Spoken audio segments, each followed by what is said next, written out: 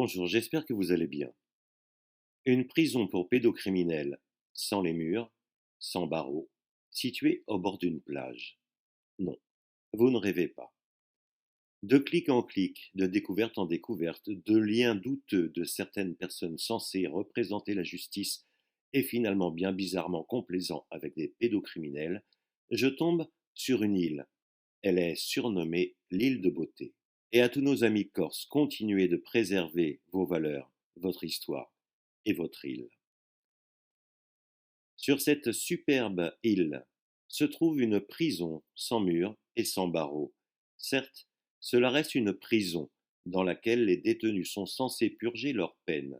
Le but de cette prison étant de donner la possibilité d'une réinsertion réussie à la vie en communauté.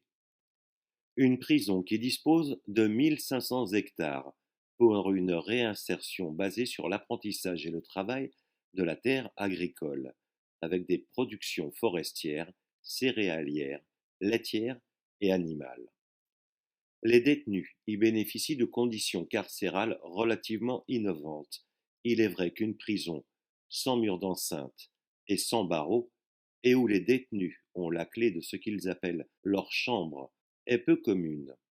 Donc, seuls certains détenus sont jugés aptes à y être placés pour purger leur peine. Le grand banditisme et les dangereux meurtriers en sont exclus. Mais j'ai beau essayer de prendre le plus de recul possible, je dois avouer avoir du mal à ne pas grincer des dents. Dans certains pays, certaines prisons sont dans des endroits peu accueillants, voire hostiles, ce qui est loin d'être le cas pour notre prison à délinquants sexuels et autres pédocriminels. Combien de fois dans la presse nous est-il possible de découvrir qu'un pédocriminel se retrouve avec au final du sursis ou un simple bracelet électronique, voire libre de continuer de vivre tranquillement quand ils appartiennent à certaines castes. Je vous propose de découvrir l'une des 3 prisons qui leur sont dédiées. Unique en France, le centre de détention de Casabianda, appelé prison ouverte en l'absence de murs d'enceinte et du régime de libre circulation des détenus, a été ouvert en 1948. Il peut accueillir environ 190 prisonniers. Environ 80% d'entre eux sont des délinquants sexuels et des pédocriminels, et considérés comme présentant de bonnes perspectives de réinsertion. Certes, ils n'ont pas tué physiquement, mais ils ont brisé des vies d'enfants. Ils ont brisé l'innocence en s'autorisant à abuser sexuellement d'enfants. Et cette prison atypique me semble être loin de ce que les victimes peuvent imaginer concernant la prison dans laquelle ceux qui les ont abusés purgent leur peine.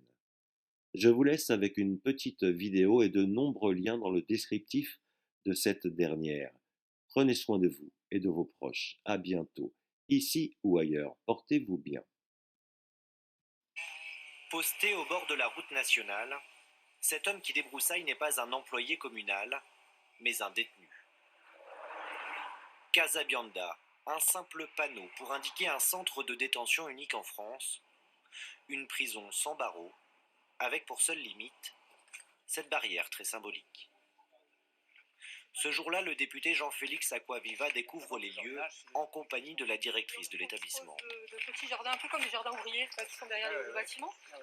Située en bord de mer, la prison est en réalité un vaste domaine agricole de 1400 hectares sur lequel travaille la très grande majorité des détenus.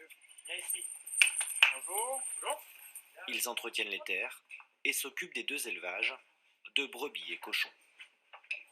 Ça fait 2 ans que vous êtes là? 2 ans depuis le mois de janvier 2016. Ce régime de détention vous va? Ça vous va? Moi, ça me convient. Très bien.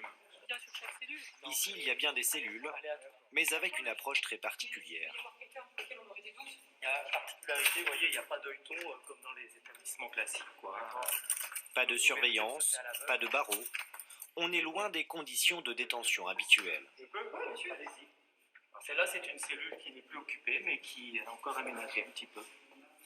Les détenus ont même la clé de leur cellule pour évoluer librement dans l'enceinte. Des conditions de spartiate. Tout est basé sur les régime d'autonomie, ils ont leur réveil, ils savent quel est leur heure de travail, ils connaissent les horaires d'appel et ils doivent gérer l'organisation de leur journée. Bonjour. Pour Didier, condamné à 20 ans de réclusion, son transfert en Corse a tout changé. Par rapport à la détention normale, enfin maison d'arrêt où vous êtes enfermé, on va dire 22 heures, puisque vous avez 2 heures de promenade, 1 heure le matin, 1 heure l'après-midi, il y a une différence énorme. Vous êtes comme si vous étiez à l'extérieur, puisque vous travaillez toute la journée, vous avez beaucoup d'activités, donc ce qui fait que ça vous permet aussi d'évoluer pour la sortie. Pour bénéficier de telles conditions, les détenus sont sélectionnés. Les 3/4 sont des délinquants sexuels qui purgent ici la fin de leur peine. Ils sont volontaires, plutôt âgés, ont un projet de réinsertion, de soins et ont été choisis pour leur exemplarité en prison. Le taux de récidive serait également plus bas. Mais il n'existe aucune statistique officielle car le suivi des détenus n'est pas obligatoire après détention, ce que regrette le député. J'ai en ce qui me concerne déposé un amendement pour justement qu'on puisse ordonner ce suivi en cas notamment de délit sexuel pour que ça soit quelque chose d'obligatoire et de systématique et d'avoir un retour systématique de ce que provoque ce genre d'élément de détention sur la récidive ou non. Présenté comme un modèle depuis 70 ans, Casabianda reste toujours une exception dans la politique pénitentiaire française.